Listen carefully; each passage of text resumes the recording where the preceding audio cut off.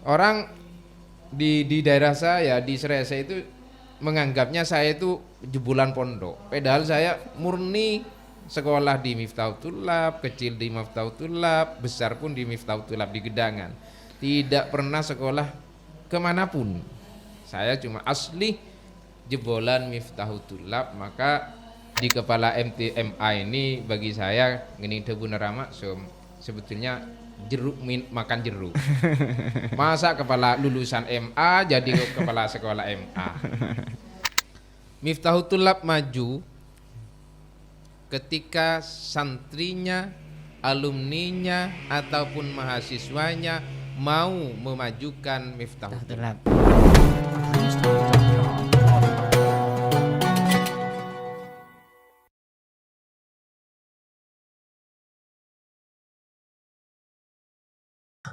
Assalamualaikum warahmatullahi taala wabarakatuh. Kembali lagi bersama kami di podcast channel Media Gedangan, di mana kami hadir pada kesempatan kali ini dengan konsep yang berbeda.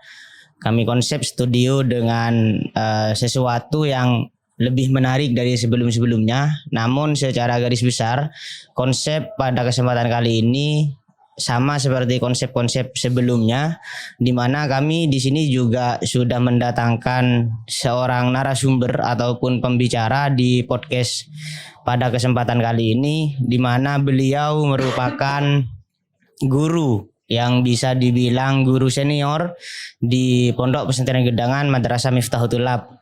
Beliau adalah Ustadz Ahmad Subhan Heri. Mungkin Ustadz bisa perkenalkan terlebih dahulu. Oke. Assalamualaikum warahmatullahi wabarakatuh. Saya Ahmad Subhan Heri. Domisili sekarang di Kecamatan Sereseh, Desa Bangsah, Kabupaten Sampang. Kelahiran asli Daleman, di daerah di lingkungan pondok pesantren, dekat-dekat pondok pesantren Gedangan. Kecil saya ya di Daleman, cuma tahun 2010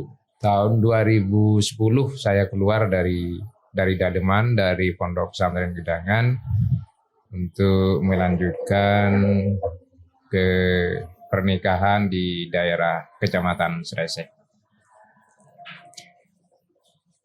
Oke. Nah, itu sedikit profil dari beliau, Ustadz Subhan. Nah, mungkin sekali toh Ustadz. Ada beberapa generasi yang mungkin nutodih dek cemana panjenengan denika. Baik dari tahun sanapah sampean mulai aktif nang Gedangan, entah masih jadi santri atau sudah menjadi seorang guru ataupun ustadz. Mungkin bisa dijelaskan kan? Terima kasih Ustadz Raffi. Ya, mereka teman-teman guru Gedangan ini menganggap saya adalah guru senior. Mungkin bisa dikatakan guru senior karena dari sekian banyak guru yang ada di Miftahul Tulab sekarang, saya yang lebih tua, lebih senior dibanding mereka. Saya asli keluaran Pondok Pesantren Gedangan dari tingkat MI, MTS hingga jenjang MA. MI saya itu keluar tahun 1992. MTS saya ini masih, saya dari tingkat MI ini guru-guru saya itu masih ingat saya. Ada Ustadz siapa? Ustadz Marsuli, Ustadz Suratman dari Lahiran, ya Laura Maksum sendiri, almarhum Ustadz Najuri, ini guru-guru saya. MTS-nya lulus tahun 1996. Ini MTS. Kelas 3 MTS itu saya sudah ngajar. Ya, kalau enggak salah teman-teman sepantaran saya itu, angkatan saya itu Ustadz Rosidi, Ustadz Ansori, Ustadz Jamsuri, banyak teman-teman dari mereka yang tapi sudah pada keluar semua. MTS 3 MTS ini saya sudah ngajar. Ngajar ngefak istilahnya, kalau dulu ngefak. Sama Ramakso itu disuruh fak karena kekurangan guru di Gedangan. Ya sorenya pagi saya ngajar, sore saya ngajar, paginya saya ngefak. Kalau tidak salah MTS itu sekolahnya sore pada waktu itu. Lah untuk lulusan sanawiyah itu waktu itu saya masih ujian akhirnya EPTA kalau waktu itu EPTANAS. EPTANASnya itu di MTSN Sreseh. Satu-satunya yang lulus pada waktu itu hanya saya. Lainnya tidak ada yang lulus sama sekali. Yang dinyatakan lulus oleh pemerintah, Kementerian Agama dalam hal ini, ya saya. Satu-satunya yang lulus. Lucu, sangat lucu. Itu tahun 1996. Nah, terus saya ngajar dari MTS kelas 3 MTS saya sudah aktif mengajar di sini. Sampai setelah itu terus ngajar. Saya aliyah MA-nya itu tahun 2004. Tahun 2004. Kita hitung mundur 2004, 2003, 2002, 2001 ya. Ya, 2001 itu pertama kali ada aliyah. Siswa pertama saya. Ini kan lucu kalau dihitung lulusan sanawiyahnya tahun 92, lulusan aliyahnya 2004. Kan kacek banyak ini. Bisa dikatakan telat kalau sekarang. Telat. Ya memang tidak ada waktu itu di Pondok Pesantren Gedangan, tidak ada aliyahnya, tidak ada. Itu pertama kali siswa pertama saya di tingkat aliyah. Saya sorenya ngajar, paginya ngajar, sorenya sekolah aliyah. Terus sampai bedok-bedok ini sama Ramaksum sampai bedok-bedok. Kalau tidak salah itu kepala sekolahnya si Pak Sardi Pak Sardi Sampang. Iya. Itu beberapa yang seingat saya memang seperti itu.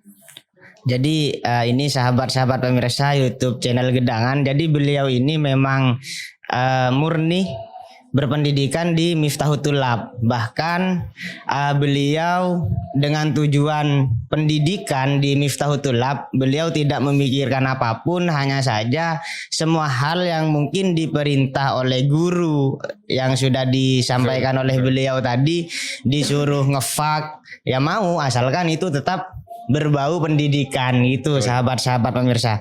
Nah, mungkin dari jejak itu Ustadz, sampean tadi barusan juga menjelaskan 2001 sudah ada MA. Apakah MA pada waktu itu sudah terakui atau hanya jenjang MA sebagai untuk meneruskan dari tingkat sanawiyah seperti itu? Itu belum diakui. Masih anggap istilahnya, kalau dulu itu masih terdaftar kalau tidak salah. Karena Miftahut Thulab pada waktu itu MA-nya lebih-lebih MA-nya itu masih induknya masih Keman. Jadi tanda tangan ijazah itu belum di atas nama Miftahut Thulab, masih di Man madrasah aja, ilegalisir harus ke Man. Jadi kita di lembaga ini masih cuma punya induk lokal lah. Kalau induk aslinya ya di Man, tidak ada di sini karena memang belum diakui, cuma terdaftar di Kementerian Agama begitu. Secara proses sampai mungkin ada beberapa generasi yang ingat panjenengan itu pernah menjadi kepala madrasah aliyah. Oh iya. Pada tahun berapa itu Ustaz? Sebetulnya kalau melihat membaca saya pribadi dulu dari kepala MI, bendahara MI, terus ke bendahara MTS sampai ke kepala sekolah aliyah MA. Jadi orang di daerah saya di Sreseh itu menganggapnya saya itu jebolan pondok. Padahal saya murni sekolah di Miftahul Thulab, kecil di Miftahul Thulab, besar pun di Miftahul Thulab di Gedangan. Tidak pernah sekolah kemanapun. Saya cuma asli jebolan Miftahul Thulab, maka sampai orang menganggap saya itu bukan, dianggap sudah keluaran pondok mana gitu. Ya orang yang padahal saya tidak pernah merasakan mondok di mana-mana. Justru memang ketika saya lulus sanawiyah, tingkat sanawiyah, ada keinginan untuk mondok ke Sidogiri. Melanjutkan pendidikan ke pondok pesantren Sidogiri karena keinginan saya tinggi untuk mondok di sana, tapi alhamdulillah karena ketidakmampuan, keterbatasan orang tua untuk memondokkan saya nggak jadi mondok ke Sidogiri. Tapi sebagai motivasi kepada saya, ketika saya punya keinginan tinggi untuk mondok, melanjutkan pengetahuan ke pondok pesantren Sidogiri, lantas mbah saya itu bicara gini ke saya. Saya biasa, mbah saya itu motong rambutnya, sudah sepuh. Beliau masih sepupu dengan almarhum Kiai Haji Zainal Abidin. Beliau bicara segini, Cong, ini bahasa Maduranya. Tak usah mondok jauh. Padahal saya tidak pernah ngomong sama mbak untuk melanjutkan ke Sidogiri. Cuma beliaunya langsung ngomong seperti itu. Tak usah mondok Sidogiri, tak usah mondok Mademah. Beliau tidak nyebut Sidogiri. Tak usah mondok Kamangkaman, Jokop Igedengan, Laabi Igedengan, Kor Laabi Igedengan. Dabuna beliau. Neng di maboi, neng aben sapa boy, neng nah wilayah di maboi tak kira kalah benuring cong. Ini menurut beliau. Mungkin itu merupakan salah satu motivasi kenapa panjenengan itu kemudian loyalitasnya tinggi. Betul. Untuk mengkontribusikan diri panjenengan ke Miftahul Thulab gitu. Dan ini pendapat kata-kata beliau mbah saya ini saya rasakan sampai detik ini. Saya ada anggaplah di negeri orang, di desa orang, di kecamatan lain. Saya alhamdulillah nggak pernah minder dengan siapapun. Bahkan mereka menganggap saya itu lebih tahu dibanding mereka. Sampai kuliah nikah, pikiran dan nikah. Masa iya jaring kota tahu nih apa jangan. Setiap ada rembegan selalu alhamdulillah tahadus bini selalu kerempeg aja kerempeg.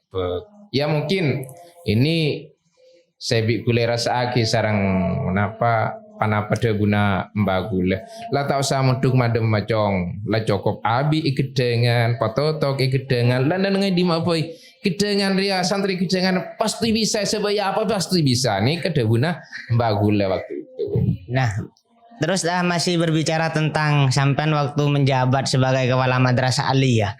Mungkin bekal apa saja Ustadz sehingga tadi kan juga disampaikan jenjangnya mulai dari kepala ibtidaiyah bahkan sampai bendahara sanawiyah dan akhirnya di kepala madrasah aliyah. Bekal apakah motivasi tersebut juga sebagai bekal ataupun ada hal lain lah yang menyentuh panjenengan entah dari guru, dari pengasuh ataupun apa seperti itu Ustaz? Sebetulnya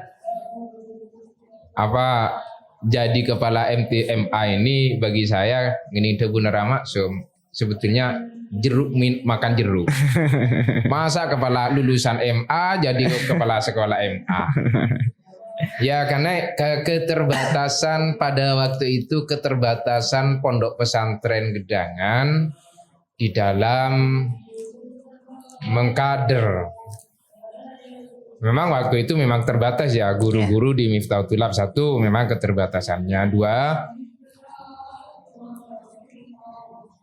lembaga Miftahul Thulab atau dalam hal ini majelis keluarga memang menginginkan mengkader santri-santrinya untuk menjadi orang, menjadi pemimpin, anggaplah menjadi kepala di lembaga Miftahul Thulab. Sebetulnya bisa kok, seperti lembaga-lembaga yang lain mengambil dari luar memang dulu memang ada dari luar, tapi merasa kalau kita mengambil guru dari luar, kepala sekolahnya dari luar, itu sama halnya kita membodohi santri Miftahul Tulab sendiri, tidak membangun santri Miftahul Tulab. Makanya majelis keluarga mengambil dari santri, bukan apa, ini mendidik bagaimana sekiranya santri bisa, atau sekalipun lulusan SMA bisa menjadi kepala sekolah SMA. Ini kan luar biasa. Atau sekalipun dikatakan jeruk minum jeruk, enggak apa-apa, ini namanya tahap belajar. Alhamdulillah saya lihat sampai saat ini konsisten Miftahul Tulab, tetap kepala sekolahnya harus dari santri, tidak boleh dari luar. Kalau sampai mengambil dari luar itu bukan kemajuan namanya, kemunduran dari Miftahul Tulab. Tapi bisa dikatakan berhasil loh Ustadz, sehingga kemudian banyak santri yang termotivasi dari apa yang sudah jejak, dari semua jejak panjenengan di Miftahul Tulab ini, seperti itu. Sehingga seperti yang sampean sampaikan barusan, bahwa sampai saat ini kepala madrasah di Miftahul Tulab, bahkan di lingkup pondok pesantren itu tidak pernah diberikan kepada orang selain santri asli Miftahul Tulab, seperti itu. Betul. Memang dulu gini Ustaz Raffi. Dulu ya lucu, anggaplah masih masa-masa apa awal-awal kita mengenal pendidikan, Kemenak dan lain seterusnya. Dulu itu kepala sekolah masih ramah alih, ya kan, termaksud juga, kalau tidak salah termaksud juga masih masuk di dalam kepala sekolah, kalau tidak salah ya. Kita lucu, pondok pesantren sebesar Gedangan, masa kepala sekolahnya masih majelis keluarga. Ini namanya tidak membangun. Akhirnya majelis keluarga sepakat melalui rembuk bersama kesepakatan bersama. Ya akhirnya Rahma Ali mundur dari kepala sekolah, digantikan oleh guru yang ada di Miftahul Tulab. Semua ini merupakan bentuk kepercayaan dari majelis keluarga terhadap guru-guru pondok pesantren yang ada di Miftahul Tulab. Mungkin di madrasah-madrasah lain masih banyak kepala sekolah itu dari luar ataupun dipegang majelis kiainya sendiri waktu itu. Tapi alhamdulillah Miftahul Tulab merupakan bentuk kepercayaan dari majelis keluarga mengangkat seorang guru dari santri. Lah, ketika guru diangkat menjadi kepala sekolah, ini merupakan tanggung jawab kepada guru, kepada kita, bagaimana mandat ini diemban, kepercayaan ini dilaksanakan semaksimal mungkin. Kenapa? Karena di lingkungan pondok pesantren, apalagi sekarang sudah ada dana BOS ya kan. Ya. Ini merupakan kepercayaan, bentuk kepercayaan yang diberikan kepada majelis keluarga, kepada guru-guru atau kepada kepala sekolah. Guru yang diangkat kepala sekolah jangan sampai ada penyelewengan di dalam dana BOS yang dikelola oleh guru. Jangan mentang-mentang jadi kepala sekolah ini hak. Apa kata saya, ini sebetulnya alhamdulillah selama ini tidak ada dari teman-teman guru yang menyalahgunakan jabatannya sebagai kepala sekolah di tingkat ME, MTS maupun tingkat aliyah. Sekarang kan memang memfungsikan secara struktural juga Ustadz ya. Tetap dari struktur yang ada ataupun susunan-susunan kepengurusan. Jadi di Miftahul Tulab di Pondok Pesantren Gedangan itu tidak kemudian melakukan apa yang menjadi tupoksinya itu dilakukan sendiri, tetap berdasarkan struktur yang ada. Seperti halnya ketika di suatu lembaga itu ada ketua yayasan, maka mau tidak mau siapapun itu harus ada di bawah ketua yayasan. Proses dari hal itu apa berhubungan dengan apa yang sampean sampaikan barusan itu, Ustaz? Ini menurut saya ini bagus ya. Memang saya lihat di Pondok Pesantren Gedangan itu luar biasa kemajuannya. Artinya majelis keluarga membangun pendidikan ini termasuk membangun guru dan siswanya luar biasa. Dulu di masa saya lucu. kepala sekolah sekaligus admin operatornya. Artinya karena keterbatasan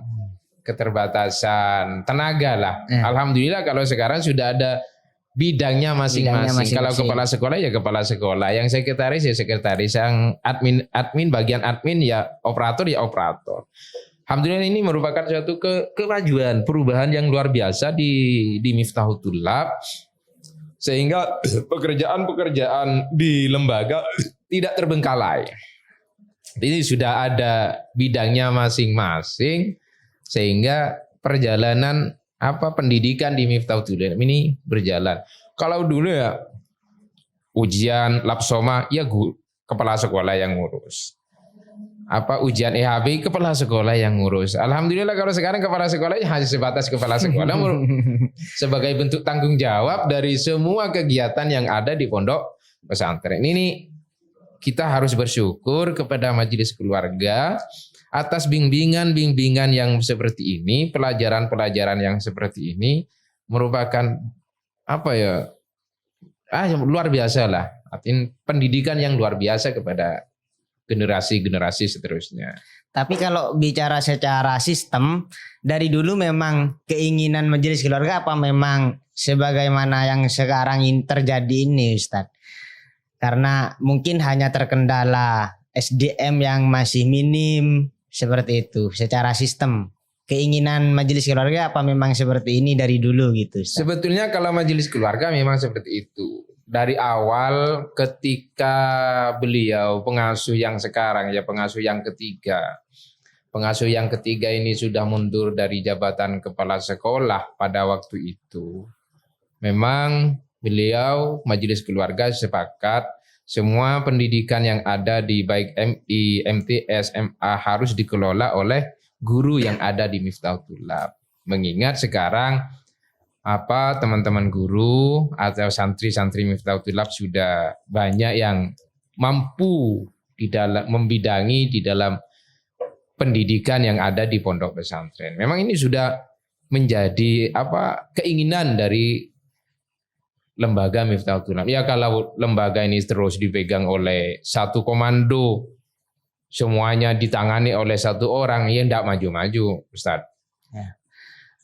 Terus bisa dilanjutkan, tadi kan juga sempat menyinggung terkait pandangan panjenengan terkait perkembangan madrasah Miftahul Thulab ini pada khususnya, di mana kemajuannya memang sangat pesat dan segala sesuatu memang sudah teratasi.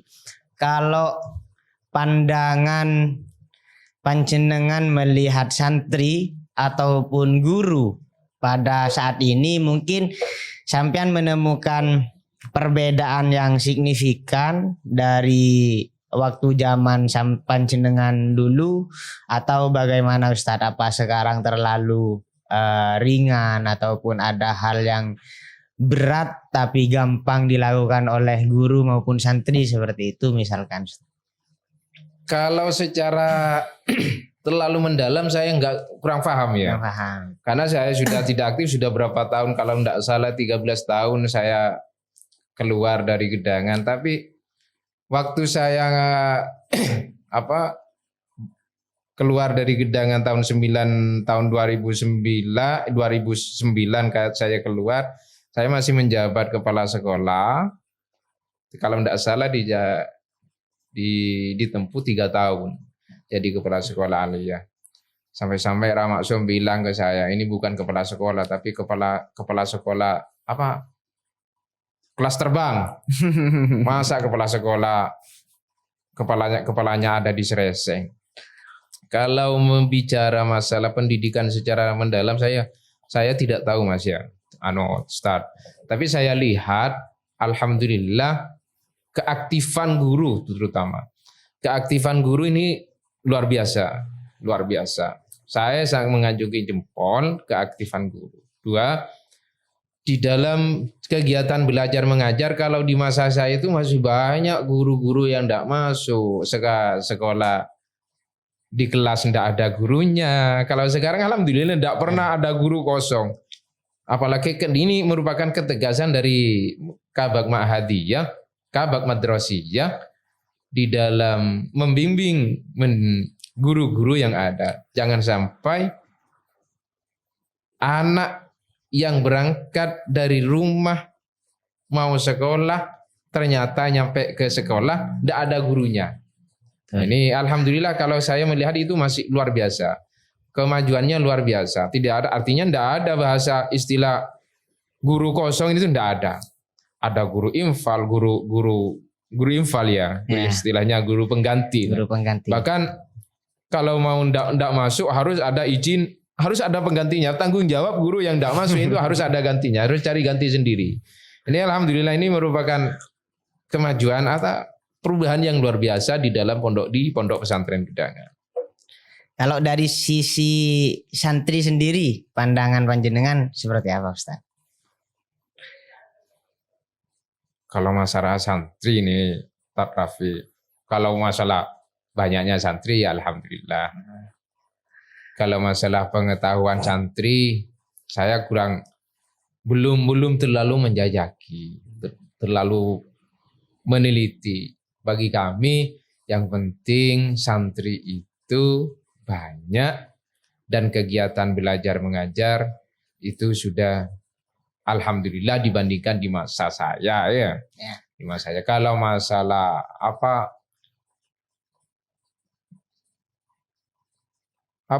namanya itu ranking keberhasilan dari santri saya kurang tahu ya, kurang mengikuti atau mungkin saya ketinggalan informasi karena terlalu jauhnya. Apa saja yang oleh santri Miftahul Tulab, apa nama istilahnya itu? Kompetensi ya. Saya kurang tahu ya, kurang tahu. Tapi secara garis besar kalau masalah santri ya alhamdulillah ya pengetahuannya luar biasa. Saya masih ngajar di sini. Miftahul Tulab, santri Miftahul Tulab bagi saya dibandingkan dengan tahun-tahun yang di masa saya, alhamdulillah masih dikategorikan lumayan.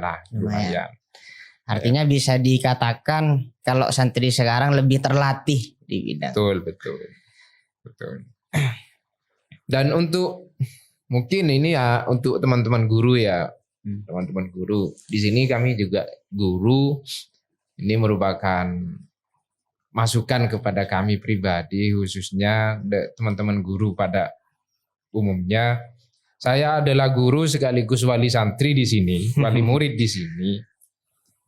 Harus diingat oleh teman-teman guru bahwasanya anak saya diletakkan, mungkin teman-teman putra-putra daripada santri-santri Gedangan diletakkan di sini merupakan bentuk kepercayaan kepada Miftahul Tulab.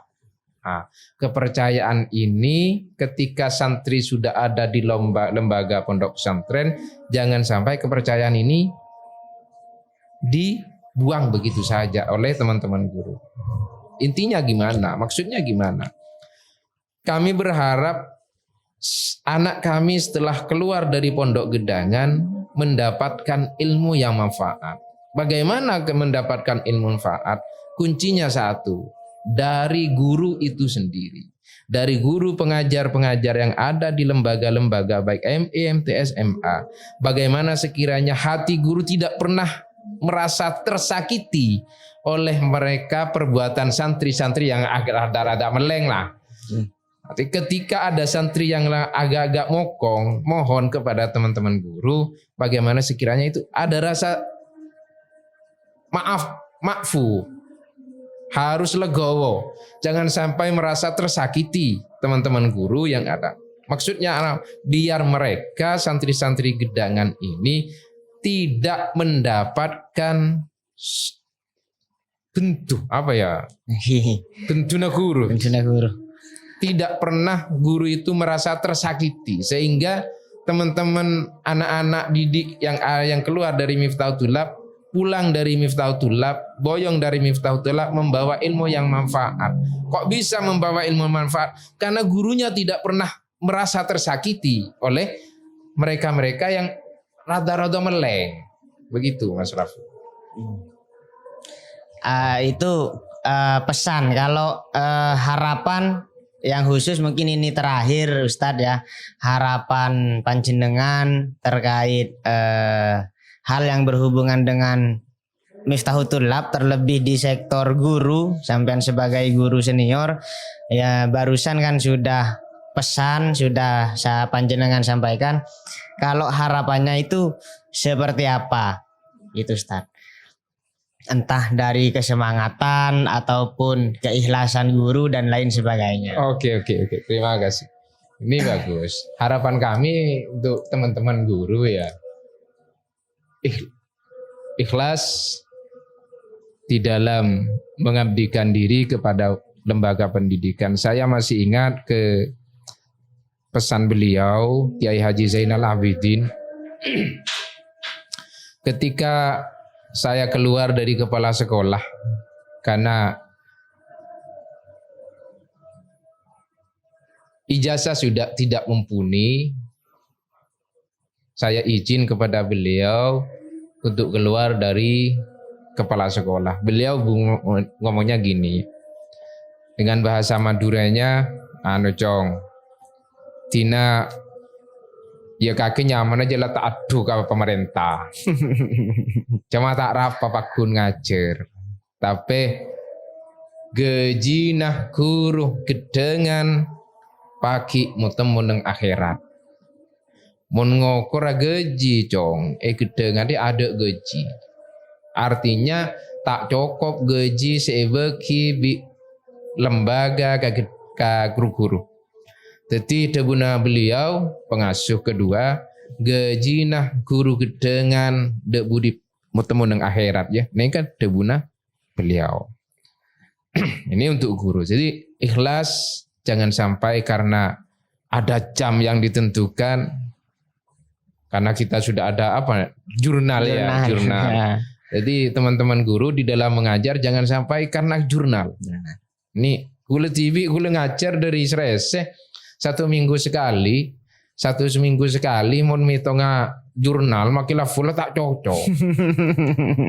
Jadi kami mohon kepada guru-guru yang ada yang masih aktif di gedangan, satu, sabar, yang telaten mendidik siswa santri-santrinya, murid-muridnya, usahakan bagaimana sekiranya muridnya mendapatkan ilmu yang manfaat. Ilmu yang manfaat itu akan didapat ketika kita memaafkan perbuatan santri sebelum mereka berbuat salah kepada kita. Satu. Dua, teman-teman guru itu jangan sampai di dalam mengajar karena jurnal. Ini bahasanya kan bahasa jurnal aja ya. Karena jurnal. Atau sekalipun jurnalnya lengkap, sebetulnya itu tidak seberapa dengan jerih payah guru mengajar 24 jam. Bisa jadi ada yang ngajar sampai sore, sampai malamnya ngaji kitab dan seterusnya. Nah, untuk selanjutnya kepada teman-teman guru dan santri gedangan, silahkan kibarkan sayapmu. Isi semua lini yang ada di kabupaten ini.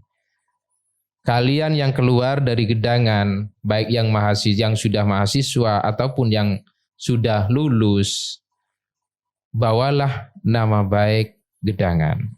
Dimanapun kalian berada, baik itu di merah, baik itu di kuning, ataupun di hijau, dan lain seterusnya, silakan isi semuanya tempat-tempat yang menurut kalian bisa.